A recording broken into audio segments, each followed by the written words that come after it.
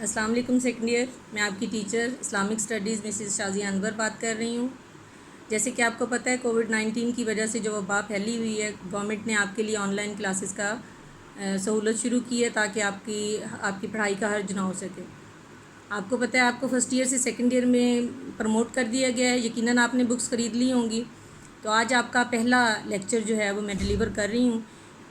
مس شازیہ انور اور مس شازیہ اکرام کے اے اور بی سیکشن کو اکٹھا لیکچر دیا جا رہا ہے۔ آپ کی بک کے 2 حصے ہیں، تعارف قرآن اور تعارف حدیث۔ تو تعارف قرآن اور 20 رکوع سورہ بقرہ کے میں پڑھاؤں گی آپ کو، اور تعارف حدیث اور 42 احادیث مس شازیہ اکرام پڑھائیں گی۔ تو ہفتے میں آپ کے 2 لیکچر ہوں گے، 2 میں ڈیلیور کروں گی اور 2 مس شازیہ اگلے ہفتے 2 مس شازیہ اکرام کریں گی۔ پہلے ہم پڑھتے ہیں سب سے پہلے تعارف قرآن۔ قرآن پاک چونکہ تمام بنی نوع انسان کے لیے تا قیامت پیغام رشد و ہدایت ہے۔ آپ صلی اللہ علیہ وآلہ وسلم جو خاتم النبیین ہیں، آپ صلی اللہ علیہ وسلم کے بعد کسی نبی یا رسول کی ضرورت نہیں ہے۔ اس طرح آپ صلی اللہ علیہ وسلم پر نازل کردہ کتاب بھی خاتم الکتب ہے، اس کے بعد بھی کسی اور کتاب کی ضرورت نہیں ہے۔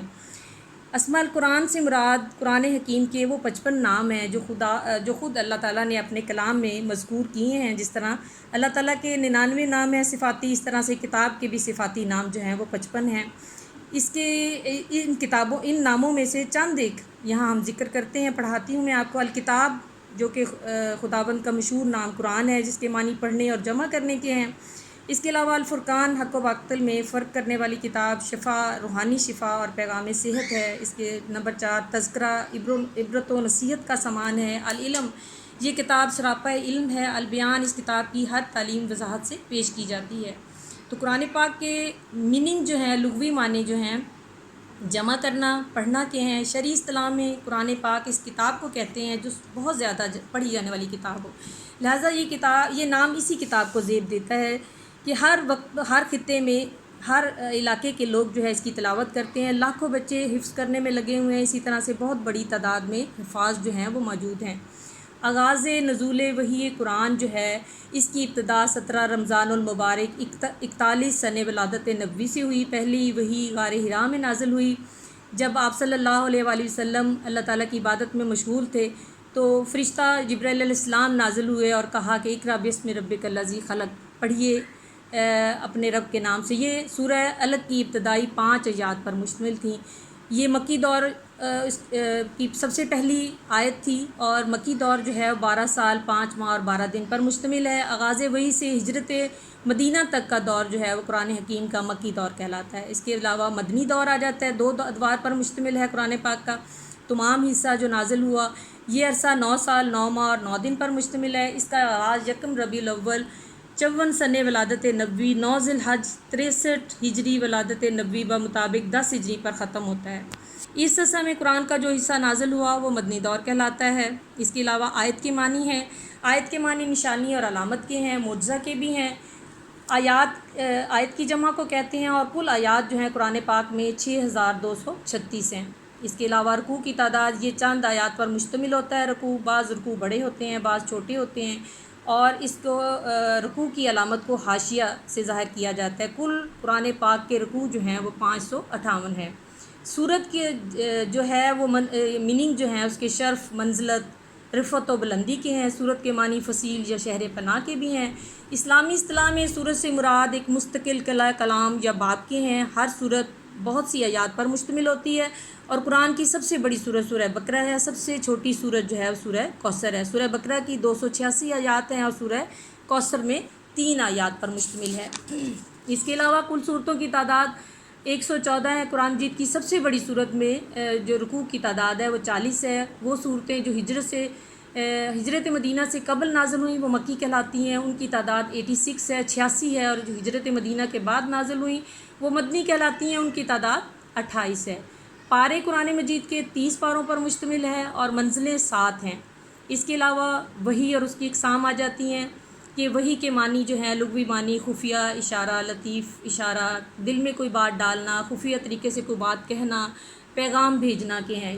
اصطلاحی مفہوم اس کا وہ خاص غیبی ذریعہ غیبی ہے جس کے ذریعے غور و فکر و تجربہ و استدلال کے بغیر خاص اللہ تعالیٰ کی طرف سے اس کے فضل و لطف اور خاص سے کسی نبی کو کوئی علم خاص طور پر ودیت کیا جاتا ہے، یعنی وہی وہ کلمہ الہی ہے جو حضرت جبرائیل علیہ السلام کسی نبی پر لے کر آتے تھے۔ اس کے علاوہ اس کی مختلف صورتیں ہیں، جب وہی نازل ہوتی تھی تو اس کی مختلف صورتیں ہیں، اور اس کے بارے میں قرآن مجید کا ارشاد ہے کہ کسی بشر کا یہ مقام نہیں ہے کہ اللہ تعالیٰ اس کے روبرو بات کرے۔ اس کی بات یا تو وحی کے طریقے پر ہوتی ہے یا پردے کے پیچھے سے، یا پھر وہ پیامبر اور اس کے حکم سے وہ فرشتہ وحی لے کر اللہ تعالیٰ کی طرف سے نازل ہوتا ہے۔ اس آیت میں وحی کی 3 صورتیں بیان کی گئی ہیں: اشارہ، اللہ تعالیٰ کا بندے کے ساتھ پردے کے پیچھے سے ہم کلام ہونا، اور فرشتے کے ذریعے بات کرنا۔ پہلی صورت جسے اشارہ کہا گیا ہے، حدیث میں اس کی 3 صورتوں کا پتہ چلتا ہے، لہٰذا وہ 3 صورتیں جو ہیں وہ یہ ہیں: گھنٹی کی طرح کی آواز۔ ایک دفعہ حضرت حارث بن حشام رضی اللہ تعالیٰ عنہ اور حضرت عبداللہ بن عمر رضی اللہ تعالیٰ عنہ سے نزول وحی کے بارے میں پوچھا تو آپ صلی اللہ علیہ وسلم نے ارشاد فرمایا، ہر مرتبہ فرشتہ آتا ہے، یعنی بعض دفعہ گھنٹی کی آواز سنائی دیتی ہے، یہ وحی اس وقت ختم ہوتی ہے جب اسے میں یاد کر چکا ہوتا ہوں۔ یہ وحی کا وہ طریقہ کار ہے جو آپ صلی اللہ علیہ وسلم کا کہنا تھا کہ بہت سخت میرے اوپر ہوتا ہے، بہت سخت معلوم ہوتی ہے۔ صحابہ کرام کا کہنا بھی یہی تھا کہ گھنٹی کی آواز کی صورت میں جب وحی نازل ہوتی تھی تو آپ صلی اللہ علیہ وسلم کا جسم جو تھا وہ پسینے سے شرابور ہو جاتا تھا، اور سردی کے موسم میں بھی، اور اگر آپ سواری پر موجود ہوتے تھے تو سواری جو ہے وہ بوجھ سے بیٹھ جایا کرتی تھی۔ اس کے علاوہ نمبر 2 جو ہے وہ مفہوم کا دل میں ڈال دینا ہے، یعنی الہام ہے۔ ایک واضح خیال دل میں آپ کے اتر آتا تھا۔ حدیث میں آتا ہے آپ صلی اللہ علیہ وسلم نے فرمایا، فلاں بات میرے دل میں ڈال دی گئی یا مجھے بتا دی گئی۔ اس کے علاوہ رویائے صادقہ ہے نمبر 3، اس کی تیسری صورت کو رویائے صادقہ کہتے ہیں، یعنی سچے خوابوں کا آنا۔ آپ صلی اللہ علیہ وسلم رات کو جو خواب دیکھتے تھے وہ صبح سچ ثابت ہو جاتا تھا۔ اس کے علاوہ نمبر 4، فرشتے کا انسانی شکل میں آنا۔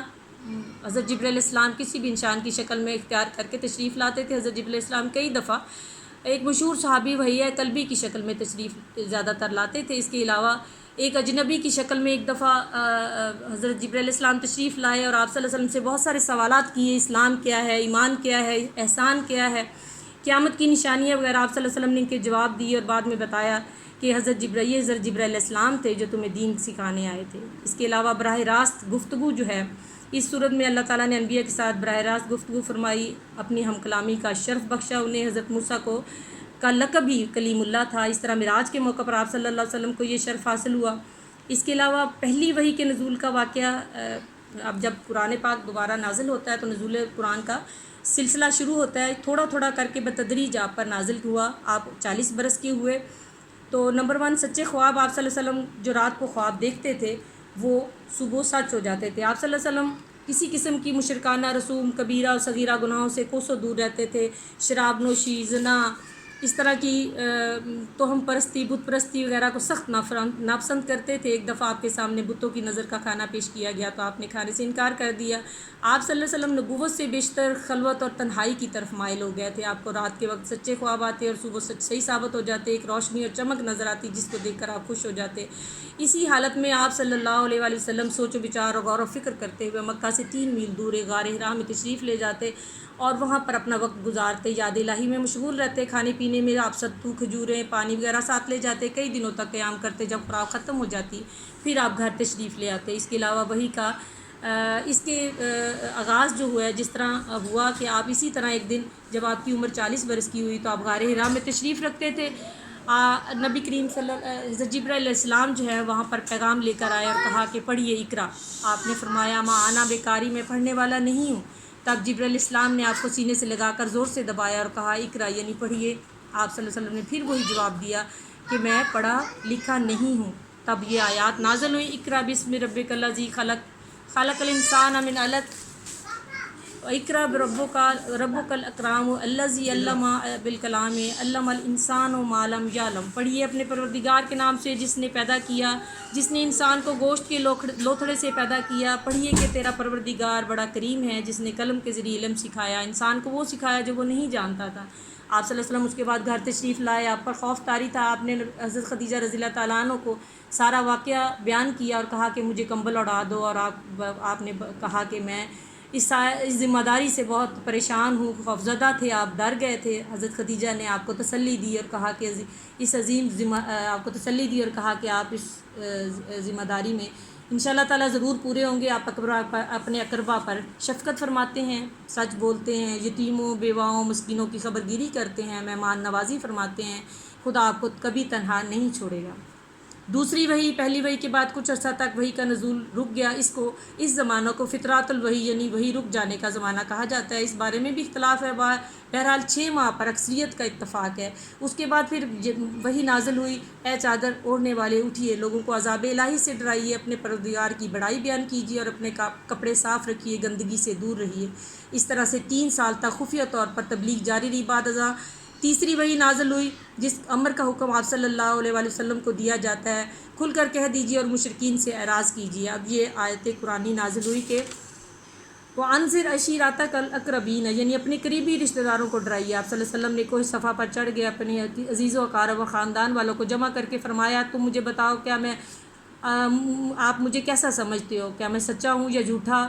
سب نے ایک آواز میں کہا کہ آپ صادق اور امین ہیں اور آج تک آپ نے ایسی کوئی بات نہیں کی. سب نے اس کی گواہی دی. تو آپ صلی اللہ علیہ وسلم نے ایک اور گواہی حاصل کی کہ اگر میں کہوں کہ پہاڑ کے پیچھے سے ایک لشکر ڈاکوؤں کا آپ پر حملہ آور ہونے والا ہے تو کیا یقین کر لو گے؟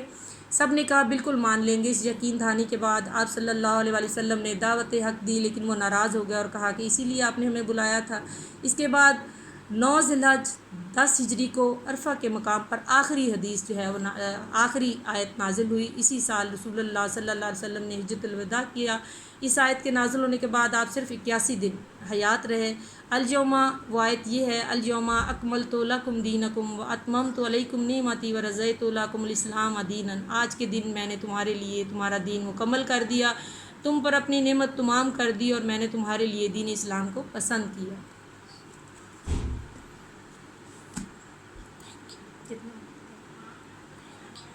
Thank you student.